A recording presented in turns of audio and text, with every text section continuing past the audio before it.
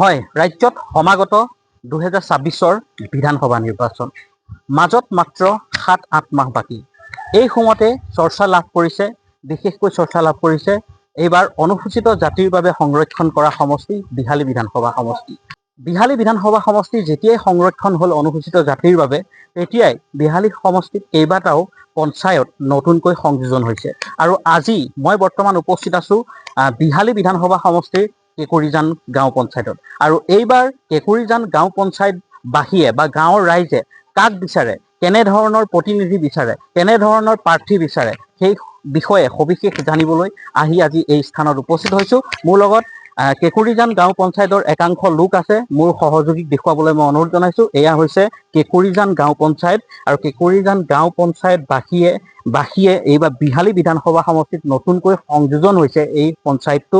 আৰু এই পঞ্চায়তৰ যি ৰাইজ আছে, ৰাইজে এইবাৰ বিহালী বিধানসভা সমষ্টিত কেনেধৰণৰ প্ৰাৰ্থী বিচাৰে, তেওঁলোকৰ মনৰ কথা জানিবলৈ মই আজি ইয়াত উপস্থিত হৈছোঁ। মই পোনে পোনে এগৰাকী বয়োজ্যেষ্ঠৰ লগত মই কথা পাতিব বিচাৰিছোঁ। খুৰা, আপোনাৰ কাষলৈ আহিছোঁ। এইবাৰ নতুনকৈ আপোনালোকে বিহালী বিধানসভা সমষ্টিত সংযোজন হৈছে। আগতে গহপুৰত আছিলে, গহপুৰ বিধানসভা সমষ্টিত। আৰু এইবাৰ আগন্তুক 2024 চনৰ বিধানসভা নিৰ্বাচন সমাগত, প্ৰায় 7-8 মাহ বাকী। এনে সময়ত আপোনালোকে এইবাৰ বিহালী বিধানসভা সমষ্টিত কেনেধৰণৰ প্ৰাৰ্থী বিচাৰে? আমি শিক্ষিত, ভাল আৰু আমাৰ লোকেল, মানে আমাৰ বিহালী সমষ্টিৰ ভিতৰত হ'ব লাগিব। বাহিৰৰ প্ৰাৰ্থী আহিলে আমি সমৰ্থন নকৰোঁ। এইটোৱেই আমি এটা সংকল্প লৈছোঁ। আপোনালোকে নিৰ্দিষ্টকৈ কোনোবা প্ৰাৰ্থী চিলেক্ট কৰিছে নেকি? চিলেক্ট আছে, আমাৰ সিনহা ছাৰ আছে, অজয় কুমাৰ সিনহা। অজয় কুমাৰ সিনহা। কি কাৰণে চিলেক্ট কৰিলে তেখেতক? মানে তেখেতে একটা ভাল অফিচাৰ হয়, ভিডিঅ' হয়, তাৰ শিক্ষা দীক্ষা কামৰ এটা তাৰ তৰিকাটোৱেই বেলেগ। হয়, তাই তেনেকৈ মানুহ যদি আমি পাওঁ MLA হিচাপত, আমি গৰ্বিত হ'ম। হয়, নেমু বিচাৰিছে অজয় সিনহা ডাঙৰীক। আৰু এগৰাকী ব্যক্তি আছে, মই তেখেতৰ কাষলৈ আহিছোঁ, জ্যেষ্ঠ ব্যক্তি। তেখেতে ইয়াৰে তেওঁৰ পৰা কিছু কথা জানিব বিচাৰিম। হয় খুৰা, যিহেতু আপোনালোক এইবাৰ নতুনকৈ বিহালী বিধানসভা সমষ্টিত সংযোজন হৈছে আপোনালোকৰ পঞ্চায়ত, কেকুৰিজান পঞ্চায়ত, কি ক'ব, কেনেধৰণৰ প্ৰাৰ্থী বিচাৰে বিহালীত এইবাৰ? আমি এইবাৰ বিহালীত, আমাৰ সমষ্টিটো নতুনকৈ বিহালীত সংযোগ হৈছে, গতিকে আমি আমাৰ প্ৰাৰ্থীজন এনেকুৱা প্ৰাৰ্থীৰ ভিতৰত কৰ্মদক্ষ। আৰু জানিব পাৰিছোঁ আমাৰ অজয় সিনহা ডাঙৰীয়া, তেখেতে বৰ্তমান কৰ্মৰত খণ্ডন বিষয়া। তেখেতৰ নিচিনা এজন যদি প্ৰাৰ্থী আমাৰ সমষ্টিত প্ৰাৰ্থী হৈ আহে, নিশ্চয় তেখেতৰ দ্বাৰাই আমাৰ এই অঞ্চলৰ, গাঁও কেকুৰিজান বুলি অঞ্চলৰ উন্নতি সাধন হ'ব। তেখেতৰ নিশ্চয় বহু অভিজ্ঞতা আছে। আৰু আমিও তেখেতক পালে আৰু নথৈ সুখী হ'ম, আনন্দিত হ'ম। এনেকুৱা এজন প্ৰাৰ্থী পালে আৰু অজয় সিনহাৰ দৰে প্ৰাৰ্থী। হয়, অজয় সিনহাৰ দৰে প্ৰাৰ্থী পালে। কাৰণ তেখেতৰ অভিজ্ঞতা আছে বুলি আৰু লুকাই ৰখা কথা নহয়। তেখেত এজন খণ্ডন বিষয়া হিচাপে কৰ্মৰত হৈ আছে। আৰু তেখেতক আমাৰ গাঁৱে ভূঞে কামৰ বিৱৰণখিনি আৰু দাঙি ধৰিব আমাৰ প্ৰয়োজন নাই। তেখেতে আমাতকৈ অতি অভিজ্ঞ মানুহ। বিহালীত তেখেতে উপযুক্ত বুলি ভাবোঁ আমি। তেনেকুৱা প্ৰাৰ্থী আমাক লাগে। আৰু তেখেত আমাৰ লোকেল বিহালী। আৰু এগৰাকী জ্যেষ্ঠ ব্যক্তি আছে, মই অকণমান আপোনাৰ ওচৰলৈ আহিছোঁ, অকণমান আহক আগবাঢ়ি। এইবাৰ নতুনকৈ আপোনালোক বিহালী বিধানসভা সমষ্টিলৈ গৈছে, গহপুৰত আছিলে ইমানটা বছৰ। কেনেধৰণৰ প্ৰাৰ্থী বিচাৰে? কেকুৰিজান যি অঞ্চল আছে, অঞ্চলত কেনেধৰণৰ প্ৰাৰ্থীয়ে উন্নয়ন কৰিব বুলি ভাবে? কেনেকুৱা প্ৰাৰ্থী আপোনালোকক লাগে? কাম কৰা প্ৰাৰ্থী লাগে। বিধানসভা ইলেকশ্যন কথা কোৱা প্ৰাৰ্থী লাগে। আমাৰ কেকুৰিজান পঞ্চায়ত বহুত পিছপৰা অঞ্চল, আমাৰ বহুত অভাৱ হৈ গৈছে এই অঞ্চলত। একটা কলেজ নাই, আমাৰ ল'ৰা ছোৱালী পঢ়িবলৈ যায় গহপুৰ, বিহালী, হাজিৰা 250 টাকা। তোমাৰ ল'ৰা ছোৱালীকে পঢ়াম, আগে খানা খাম, এইটো কাৰণে একটা ডিগ্ৰী কলেজ লাগে, একটা হস্পিটাল লাগে। যে সিনহা নিচিনা মানুহ, অভিজ্ঞতা মানুহ হলে আমাৰ সেইটো কাম হ'ব, নহ'লে কাম নহ'ব। এইকাৰণে মই অজয় সিনহাকে বিচাৰিছোঁ। 2024 के विधानसभा MLA কাৰণে মই অজয় সিনহাকে বিচাৰিছোঁ। কিয়, সেইটো কোৱালিফাইড মানুহ হয়, শিক্ষা অভিজ্ঞতা আছে, এক্সপিৰিয়েঞ্চ আছে, সেইটো কাৰণে মই অজয় সিনহাকে বিচাৰিছোঁ। আপোনালোকৰ, আমি এইখিনিতে এটা কথা সোধোঁ, আপোনালোকৰ ইয়ালৈ যেতিয়া আমি সোমাই আহিছিলোঁ ইয়াৰ গাঁওখনলৈ, কিন্তু আপোনালোকৰ ৰাস্তা ঘাট যথেষ্ট বেয়া অৱস্থা দেখিছিলোঁ। কি ক'ব এই সন্দৰ্ভত? ইমান বছৰে কিয় কাম নকৰিলে? কি ক'ব, যিমান আমাৰ MLA হ'ল, পশ্চিম চাইদ্বাৰ MLA হ'ল, পূব চাইদ্বাৰ MLA হ'ল, পশ্চিম চাইদ্বাৰ MLA হোৱা নাই। সব কাম পশ্চিম চাইদ্বাৰ, পূব চাইদ্বাৰ হৈছে। এই আমাৰ এই অঞ্চলত এটাও কলেজ নাই, পূব চাইদ্বাৰ 2টা কলেজ আছে। এই অঞ্চলত একটা মেডিকেল নাই, হস্পিটাল নাই, সব পূব চাইদ্বাৰ আছে। সব তো কাম যিমান MLA হ'ল সব সেইফালে, আমাৰ ফালে কাম কৰা নাই, আমাকে নেগলেক্ট কৰিছে, আমাকে বাদ দিছে। এইটো কাৰণে আমাকে স্থানীয় স্থানীয় আমার বিহালি মানুষ এমএলএ লাগে, আমি বাইরের মানুষ হলে আমি প্রতিবাদ করিম, আমি লাগলে নোটে ভোট দিম, লেকিন আমাকে স্থানীয় মানুষ লাগে, বাইরের মানুষ না লাগে। বাহিৰৰ মানুহ ভোট নিদিয়ে। না লাগে যে কোলাবাড়ি পাই আপনি আনিব মঙ্গলদৈ পাড়া, টংলা পাড়া, গুৱাহাটীৰ পাড়া আনিলে আমি প্ৰতিবাদ কৰিম, আমি ভোট নিদিম আৰু। এওঁলোকে যে স্পষ্টভাৱে কৈছে যে বিহালী বিধানসভা সমষ্টিত এইবাৰ বিহালীৰ যি স্থানীয় ব্যক্তিক প্ৰাৰ্থিত্ব দিব লাগিব, যদিহে বাহিৰৰ পৰা তেওঁলোকে স্পষ্টভাৱে কৈছে মংগলদৈ, তেজপুৰ এনেধৰণৰ বিভিন্ন ঠাইৰ নাম কৈছে, যদিহে বাহিৰৰ পৰা তেওঁলোকে প্ৰাৰ্থী দিয়ে তেওঁলোকে কিন্তু ভোট বৰ্জন কৰিব, 9টা ভোট মাৰিব, তেওঁলোকে কিন্তু প্ৰাৰ্থীগৰাকীক ভোট নিদিয়ে।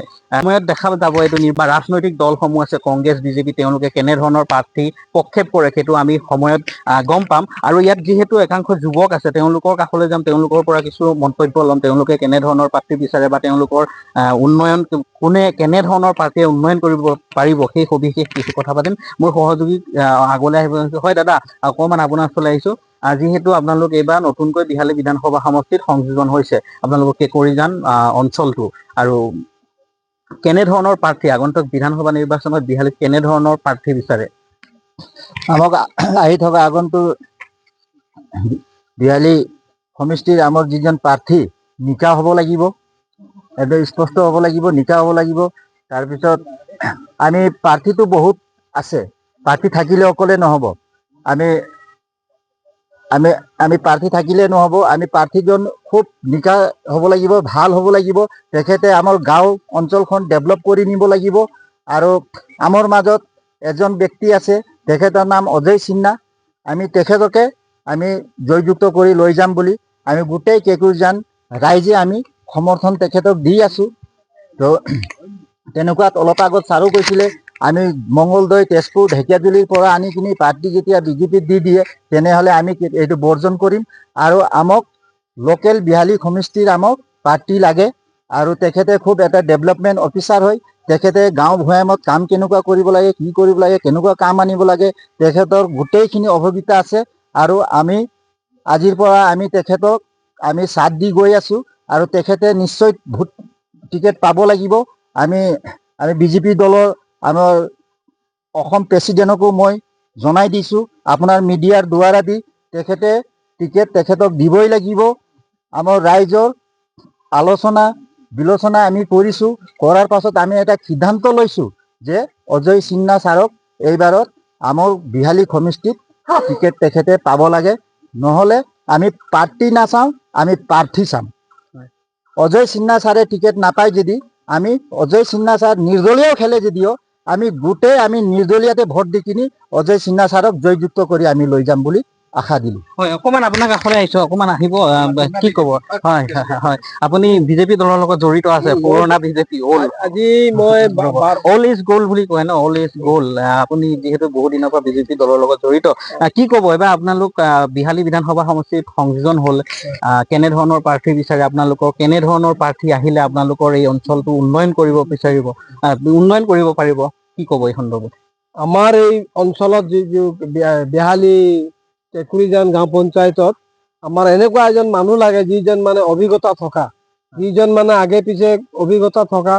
আৰু আমাৰ ইয়াত বহুতখিনি উন্নতিৰ কাম হ'ব লগা আছিল কিন্তু হোৱা নাই।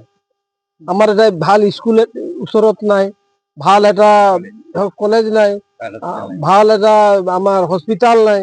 গতিকে আমাৰ যিমানখিনি আমি ভাবি চিন্তি আমি ভোট দিয়ালো, জিকালো, ইমান MLA বনালো, MP বনালো, তথাপি আমাৰ কামবিলাক নহ'ল, চব কামবিলাক নোহোৱাকে থাকি গ'ল। সেই কাৰণে আমি ভাবিছোঁ আমাৰ অজয় সিন্হা চাহাবৰ নিচিনা আমাৰ যদি মানুহ আহে তে আমাৰ কামবিলাক উন্নত হ'ব আৰু আমাৰ এই জাগাটো এই এৰিয়াটো ডেভেলপমেণ্ট হ'ব, সেইটো লাগে আমাক। ধন্যবাদ জনাইছোঁ। হয়, এয়া আছিলে কেঁকুৰিজান গাঁও পঞ্চায়তৰ অঞ্চলৰ ৰাইজ। আজি আমি তেওঁলোকৰ কাষত আহি আগন্তুক নিৰ্বাচনৰ তেওঁলোকৰ মনৰ কথা জানিবলৈ আমি প্ৰয়াস কৰিলোঁ।